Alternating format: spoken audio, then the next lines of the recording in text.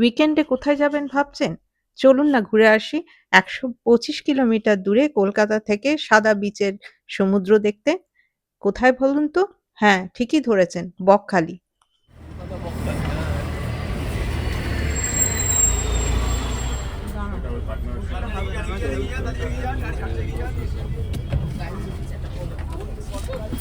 অবশেষে বাসটা এক জায়গায় এসে দাঁড়িয়েছে রাস্তার উপরে। বাস নামিয়ে দিল আমাদের। এটা হচ্ছে bus stand, Balurghat tourism property, Bakkhali. এটাই আজকে আমাদের। গুড মর্নিং সকলকে, আশা করি সবাই ভালো আছেন। আজকে আমরা যাচ্ছি উইকেন্ডে বকখালি, আর সেটা তো আপনারা বুঝেই গেছেন ইন্ট্রো দেখে। তো আজকে আমরা যে বাসে যাচ্ছি, আমরা WBS বাসে যাচ্ছি, আর যেটা ভলভো বাস, এসি বাসটা। আমার পেছনে যে বাসটা দেখছেন ওই বাসটা হচ্ছে এমনি রেগুলার নর্মাল বাস, যেটা আপনার এসি নয়। তো এই বাসটা এখন ছেড়ে যাচ্ছে, আর আমাদের বাসটা হচ্ছে 6:30-এ। আর 6:30-এ মানে আমাদের বলেছিল 6:15-তে এখানে আসতে, ওর মধ্যে চলে আসতে। আমরা একটু আগেই চলে এসেছি, 6:10 বাজে এখন। আর এখন এটা তো পুরোনো বাস স্ট্যান্ডটা, আর নতুন বাস স্ট্যান্ডটা হয়েছে ঠিক এর অপোজিটে, উল্টো দিকে নতুন বাস স্ট্যান্ড হয়েছে, যেখান থেকে আসানসোল, দুর্গাপুর, সমস্ত পুরুলিয়া এই সমস্ত বাসগুলো ছাড়ে। তো ওইখানটা আমরা ঘুরে এসেছি, ঘুরে এসে তারপরে এখন এখানে এসে দাঁড়িয়েছি। ওখানে বললো যে ওখানে বাস ছাড়ে না, এই বাসটা ছেড়ে যাচ্ছে, আর আমাদের বাস এখনো দেয়নি, কখন দেয় দেখি। 19 ফেব্রুয়ারি থেকে এসপ্ল্যানেডের নতুন বাস স্ট্যান্ড শুরু হয়েছে। এটা হচ্ছে নতুন বাস স্ট্যান্ডটা। আর এখান থেকে যে সমস্ত বাসগুলো ছাড়ে সেটা হচ্ছে পুরুলিয়া, আসানসোল, বাঁকুড়া, বর্ধমান, দুর্গাপুর, এই সমস্ত বাসগুলো এখন আপাতত এখান থেকে ছাড়ছে। ভবিষ্যতে হয়তো অন্যান্য সমস্ত বাসই এখান থেকে ছাড়বে। আর আমাদের বাসটা, যেখানে আমি এর আগে বললাম, ওখান থেকে ছাড়ছে, যেটা পুরনো ছিল।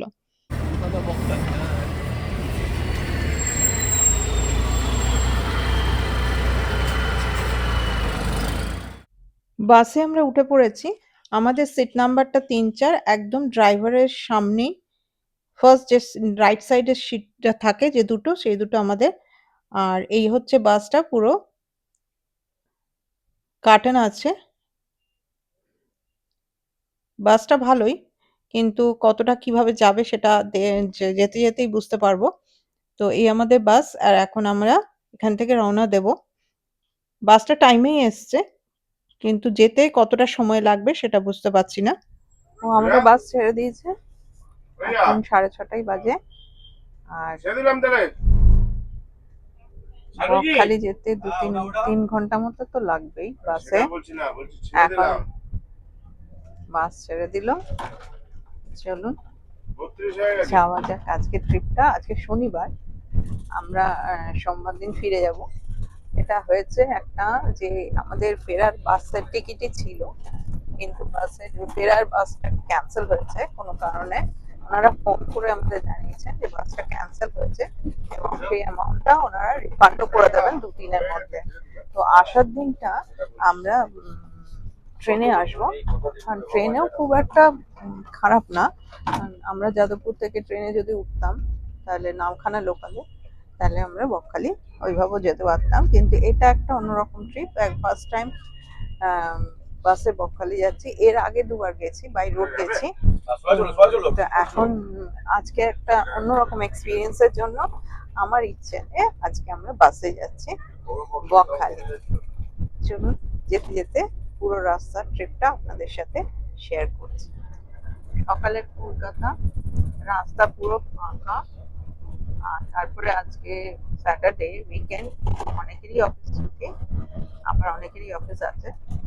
কিন্তু এখন 6:30, 6:45 মতো বাজে। তো সেই সময়টা রাস্তাটা প্রায় অনেকটাই ফাঁকা, আর হালকা ঠান্ডা এখনো আছে, সেরকম ভাবে গরম পড়েনি। তবে বেলা বাড়লে তো গরম লাগছে, সমুদ্রের ধারে বেলা বাড়লে আরো বেশি গরম লাগে। এটা হচ্ছে আমাদের বাস বুকিং এর টিকিট, যেটা রেড বাস অ্যাপ থেকে আমরা কেটেছিলাম। আর এটাতে আমাদের নিয়েছে 516 টাকা, 510 টাকা টিকিটের চার্জ, আর 6 টাকা এক্সট্রা থাকে। বাসটা স্টপেজ আছে অনেক জায়গায়, আর এখনো কলকাতা থেকে বেরোয়নি। এখানে আবার দাঁড়িয়েছে, সিট খালি আছে বলে হয়তো দাঁড়িয়েছে। এখন বেহালা চৌরাস্তা এসে পৌঁছেছে। আর এখানেও স্টপেজ আছে, এখান থেকে লোকজন উঠছে, প্রচুর লোক এখান থেকে উঠছে, মানে পুরো বাসটাই ফুল হয়ে গেছে। আমরা আমতলার কাছে এসে পৌঁছেছি, আর প্রচুর জ্যাম এই রাস্তায়। দেখুন লাইন দিয়ে পরপর গাড়িগুলো দাঁড়িয়ে রয়েছে। বিশেষ করে বড় বড় গাড়ি এখানে বেশি, ট্রাক আছে, বাস আছে। আর এই পাশটায় দেখুন কি সুন্দর 4টে বক সকালবেলা চুপ করে বসে আছে। এখন 8:45 মতো বাজে, রাস্তায় প্রচুর জ্যাম। আমি প্রায় 15 মিনিট এক জায়গায় দাঁড়িয়ে রইলো। কটায় গিয়ে পৌঁছায়? 10টা 47 দেখাচ্ছে ম্যাপে, যেটা দেখা যায় বাসে কখন কি পৌঁছায়। প্রচুর জ্যাম আজকে রাস্তায়, পুরো আমতলা পর্যন্ত জ্যাম কন্টিনিউ করবে। এখন খিদে পেয়ে গেছে, কেক খাচ্ছি।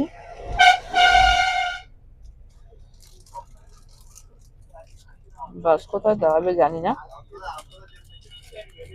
দাঁড়ালে ভালো। কিন্তু এখন তো জ্যামে দাঁড়িয়ে আছি প্রায় 15-20-25 মিনিট হয়ে গেল। পুরো রাস্তাটাই বিষ্ণুপুর থেকে আমতলা পর্যন্ত পুরো রাস্তাটাই জ্যাম। এত সকালেও এত জ্যাম। আমতলায় এসে পৌঁছেছি, এতক্ষণ পর এত জ্যাম রাস্তায়। এটা আমতলা বারুইপুর রোড, এই যে এই পাশে যেটা চলে গেছে। আর এখন যাচ্ছে এটা বকখালির দিকে। এই যে এদিকে যাবে ডায়মন্ড হারবার আর বকখালি।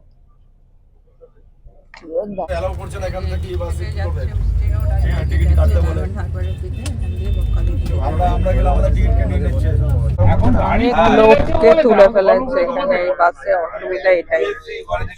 ডায়মন্ড হারবার যাবে এই বাসে উঠেছে। এটা যাচ্ছে ডায়মন্ড হারবারের রাস্তা, চলে গেছে কলতার দিকে।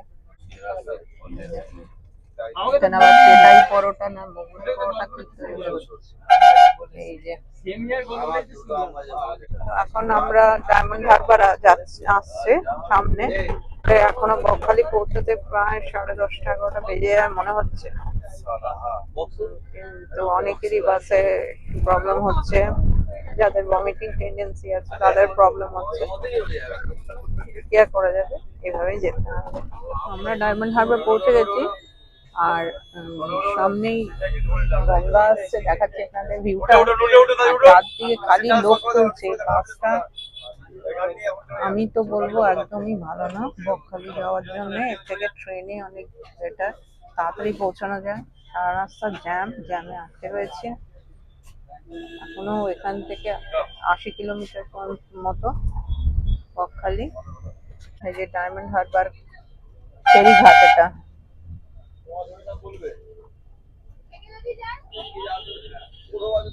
সামনে গঙ্গার ভিউ আসছে। যারা ডায়মন্ড হারবার বেড়াতে আসে, এখানে অনেক লজ আছে, হোটেল আছে যেখানে থাকে আর গঙ্গার ধারে বসে থাকে।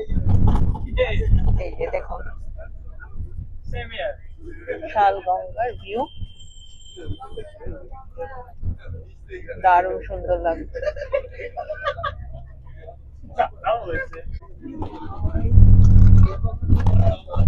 সুন্দর লাগছে দেখতে। I love diamond Harbour. অবশেষে বাসটা এক জায়গায় এসে দাঁড়িয়েছে রাস্তার উপরে। খুবই ডিফিকাল্ট, একটুখানি না দাঁড়ালে বাসটা। এখানে দাঁড়িয়েছে বাসটা, অনেক গাড়ি ফাড়িও দাঁড়িয়ে আছে দেখছি রাস্তা যাওয়ার আগে। তো এখানে চায়ের দোকানও রয়েছে, যারা চা খাবে। আর পুরো একটা গ্রাম্য পরিবেশ। আমার পেছন দিকটা দেখাচ্ছি দেখুন, ব্যস্ততম রাস্তা। আর এদিকে চায়ের দোকানও রয়েছে, দেখি চা পাওয়া যায় নাকি, তাহলে চা খাবো। এই বাস আমাদের পেছনে দাঁড়িয়ে আছে। আমরা এপারের রাস্তায় এসে এখানে চা খেতে এসেছি। ওই রাস্তা, ওই দোকানটা প্রচুর ভিড়, সবাই একসাথে চা খাচ্ছে, আর ওখানে চা দিয়ে শেষ করতে পারছে না। আমরা এখানে চলে এসেছি চা নেওয়ার জন্য। দোকানটায় বিস্কুট ফিস্কুট সবই আছে। এই বিস্কুটটা নি, এই বিস্কুটটা কত? এই যে এটা এটা দুটো এটা দুটো দিন না এটা।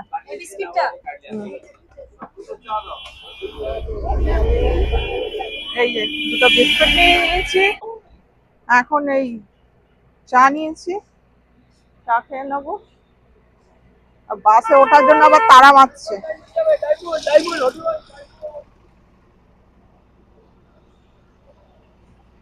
চাটা খেয়ে এখন আবার এসে বসে পড়েছি, আবার বাস এখন স্টার্ট করবে, আর দাঁড়াবে না কোথাও। এখান থেকে মানে 73 মতো কিলোমিটার দূরে আছে আমরা, ঘন্টা দেড়েক তো আরো লাগবে। ঠিক আছে কাকদ্বীপ, আর এখান থেকে জাস্ট 39 কিলোমিটার দূরে হচ্ছে বকখালি। অনেকটাই দেরি হয়ে গেছে, আর পৌঁছাতে পৌঁছাতে প্রায় 11টা বেজেই যাবে, এখন অব্দি 10টা বেজে গেছে। এই দেখুন এখান দিয়ে পুরো এখন এটা বাজার এরিয়া কাকদ্বীপে, কাকদ্বীপ নিউ মার্কেট এটা।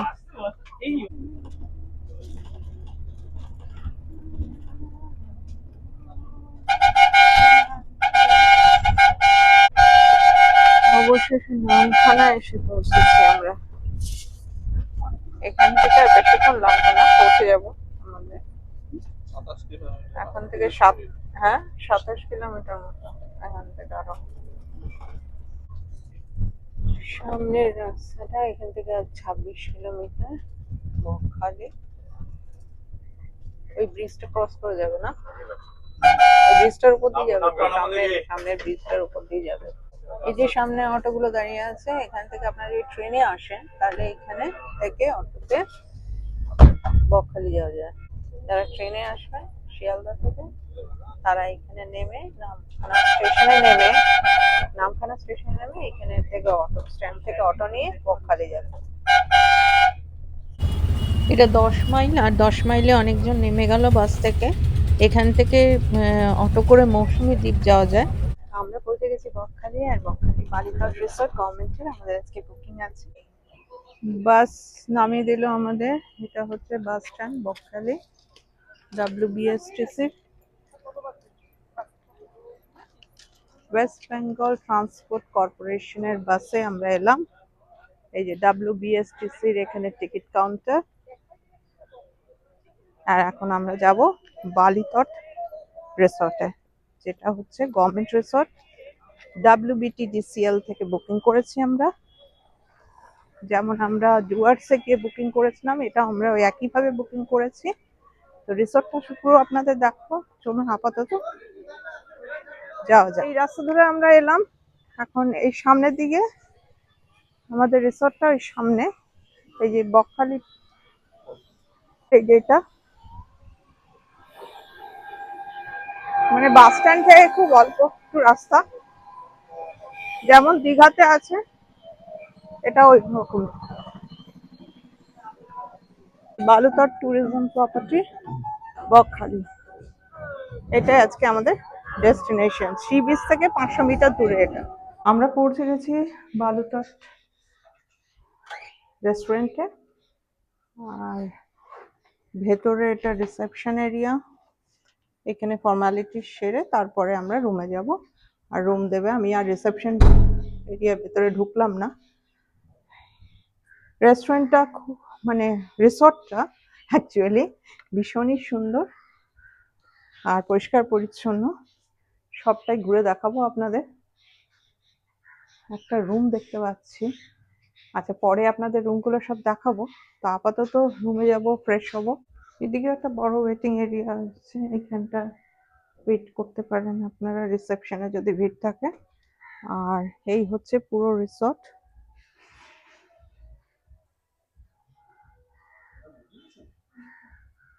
এই পুরো রিসর্টটা এরকম, বিশাল জায়গা ধরে রিসর্টটা। পুরোটা ঘুরে দেখাতে সময় লাগবে, পুরোটা ঘুরে আপনাদের নিশ্চয়ই দেখাবো। চলে এসছে আমাদের ওয়েলকাম ড্রিঙ্ক, লেমন ওয়াটার।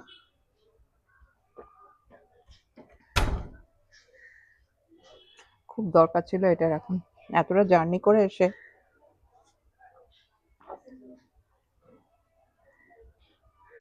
আমরা ফার্স্ট ফ্লোরে রুম আমাদের, দোতলায় আমাদের এই 118 নম্বর রুমটা আমাদের। চলুন ভেতরে যাই, আপনাদের দেখাই রুমটা। রুমে ঢুকেই ডান দিকে আছে ওয়াশরুম, সেটা পরে দেখাচ্ছি। এইখানে একটা সোফা আছে, এখানে একটা ডেস্ক আছে, রাইটিং ডেস্ক, তার সাথে একটা চেয়ার আছে। এইখানে একটা টিভি আছে আর প্লাগ পয়েন্ট এখানে রয়েছে। এ পাশেও একটা সোফা রয়েছে, অলরেডি ব্যাগ রেখেছি, একটা সেন্টার টেবিল আছে, আর এখানে টি এর অ্যারেঞ্জমেন্ট দেওয়া আছে, যা যা দেওয়া থাকে। দুটো কমপ্লিমেন্টারি জলের বোতল আছে, কাপ আছে, গ্লাস আছে, আর টি কিটস রয়েছে এইটার ভেতরে আছে। এটা আপনাদের দেখিয়ে দিই আমি খুলে। এই যে এখানে দুধ, চা পাতা, চিনি সমস্ত কিছুই দেওয়া আছে। আর এটা তো নর্মালি যেরকম কিট থাকে ওনাদের, যেটা আমরা যেখানে যেখানে থেকেছি, ডুয়ার্সে গিয়েও থেকেছি, সেখানেও ছিল। এই যে brush, dental kit, brush, paste, এই সমস্ত জিনিস রয়েছে এখানে। আমি একটা দেখাই এভাবে আপনাকে। একটা বডি ওয়াশ আছে, একটা শ্যাম্পু আছে, আর এখানে একটা কন্ডিশনার কিছু একটা আছে, আর এখানে শেভিং কিটও রয়েছে। এখানে একটা বড় আয়না আছে, বড় মিরর আছে, আর এখানেও প্লাগ পয়েন্ট অনেকগুলো রয়েছে। আর এরকম একটা ডাবল বেড রয়েছে, এটাতে ইজিলি 3 জন শোয়া যাবে। দুটো লাইট রয়েছে পাশে। এই জায়গাটা একটা বড় ওয়ার্ড্রপ রয়েছে। এই যে এটা এক্সট্রা একটা বালিশ দেওয়া আছে। এই পাশে একটা কম্বলও আছে, কম্বল এখনো যদিও লাগবে না, অবশ্য রাতের দিকে লাগতে পারে ঠান্ডা যদি করে। আর এইখানে মনে হয় একটা ফ্রিজ আছে। হ্যাঁ, একটা ফ্রিজ আছে ভেতরে, কিন্তু স্পেসটা খুবই কম, পুরো দরজাটা খোলা যাচ্ছে না। আর যেটা main attraction of this room, সেটা হচ্ছে এই যে কার্টেন সরালে এইখানে ব্যালকনি এরিয়া। এই যে এটা হচ্ছে ব্যালকনিটা, বারান্দার মতো বারান্দাটা, আর এইখানে হচ্ছে বাইরের ভিউটা। এটা হচ্ছে ওয়াশরুম। ওয়াশরুমে এক্সস্ট তো আছে, এখানে একটা মিরর আছে, এখানে একটা মিরর আছে। এটা টয়লেট এরিয়া, এটা বেসিন আছে, এখানে টাওয়াল দেওয়া আছে, প্লাগ পয়েন্ট আছে, আর এটা ওয়েট এরিয়া। এখানে স্নানের জন্য বালতি, মগ আছে, অ্যাজ ইউজুয়াল টাওয়াল আছে, আর গিজার তো অফকোর্সই আছে। তো এই হচ্ছে ওয়াশরুম এরিয়া। এই রুমের ভাড়া হচ্ছে 3700 পার ডে। আর এছাড়াও এখানে 3400, 4400 রুমও রয়েছে। তো আমরা যেহেতু দুদিন থাকবো, আমরা 3700 এই রুমটা বুকিং করেছি। আর এখানকার খাওয়া দাওয়া ভালো, কারণ সমস্ত যত tourism, West Bengal tourism property আছে যেখানে যেখানে আমরা থেকেছি, সব জায়গায় খাওয়া ভালো। আর এখানেও নিশ্চয়ই খাওয়া দাওয়া সেরকমই হবে। তো সেটা তো টেস্ট না করলে বোঝা যাবে না, সেটা আপনাদের দেখাবো পরের ভিডিওতে। আর আপাতত আজকের ভিডিওটা এখানে শেষ করছি, কারণ এর থেকে বড় করলে ভিডিওটা বড় হয়ে যাবে। তো দেখা হবে, ভিডিওটা কন্টিনিউ হতে থাকবে, আপনারা দেখতে থাকুন। আর দেখা হচ্ছে পরের ভিডিওতে খুব তাড়াতাড়ি, এক কন্টিনিউড এপিসোড নিয়ে। তো দেখতে থাকুন ভিডিওটা, আর ভালো লাগলে লাইক, শেয়ার, কমেন্ট করবেন, আর নিশ্চয়ই আমার চ্যানেলটা সাবস্ক্রাইব করবেন।